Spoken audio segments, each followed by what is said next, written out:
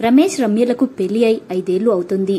మొదట్లో కోడలితో ఎంతో ప్రేమగా ఉండే అత్తగారు 2 సంవత్సరాల తరువాత నుంచి కోడలికి విలువ ఇవ్వడం లేదు. కారణం ఇంకా పిల్లల్ని కనలేదని. రమ్య అత్తమామలు మాకు మనవడిని ఎప్పుడు ఇస్తారు అని రోజు అడుగుతూ ఉండేవారు. సూటిపోటి మాటలు అని కోడల్ని వేధిస్తూ ఉండేది అత్త. ఇంటి చుట్టుపక్కల వారు రమ్య ఎదురైతే చాలు అశుభంగా భావించేవారు. దీనితో రమ్య చాలా బాధపడుతూ ఉండేది. పిల్లలు ఇంకా కలగకపోవడానికి కారణం రమేష్ రమ్య ఇద్దరికీ తెలుసు కానీ ఇంట్లో వాళ్ళకి విషయం చెప్పలేదు. 2 సంవత్సరాల క్రితమే ఇద్దరూ హాస్పిటల్కి వెళ్లి టెస్టులు చేయించుకున్నారు.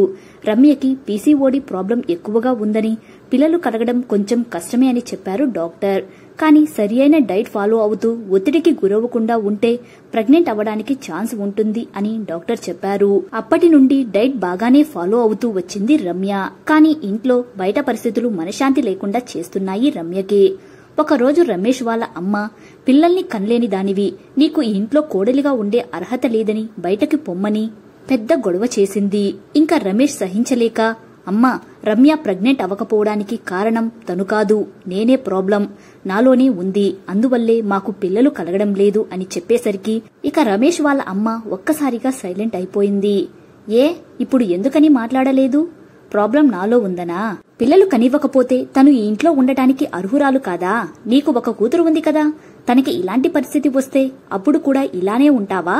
నీ కూతురుగా ఉండే అర్హత తనకి లేదని, మాకు పిల్లలు పుట్టకపోతే ఏంటి, తల్లిదండ్రులు లేని ఎంతోమంది అనాథ పిల్లలు ఉన్నారు, వాళ్లలో ఒకరిని దత్తత తీసుకుని పెంచుకుంటాం. నీకు కోడలు అవసరం లేకపోతే చెప్పు, ఇద్దరం ఇక్కడి నుండి వెళ్లిపోదాం. నీకు ఒక కొడుకు ఉన్నాడు అన్న సంగతి మర్చిపో. అంతేగాని నా కోసం తన కన్న వాళ్ళని వదిలేసి వచ్చిన నా భార్యని నేను వదులుకోను అని ఆవేశంతో బాధతో మాట్లాడతాడు రమేష్.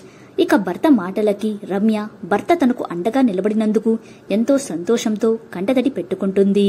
ఇక ఆ రోజు నుండి రమేష్ వాళ్ళ అమ్మ పిల్లల గురించి అడగటం ఆపేసింది. వేధింపులు ఆగిపోయాయి.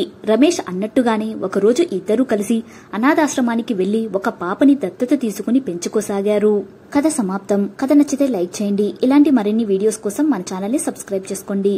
మరో మంచి కథతో మళ్ళీ కలుద్దాం. Thank you.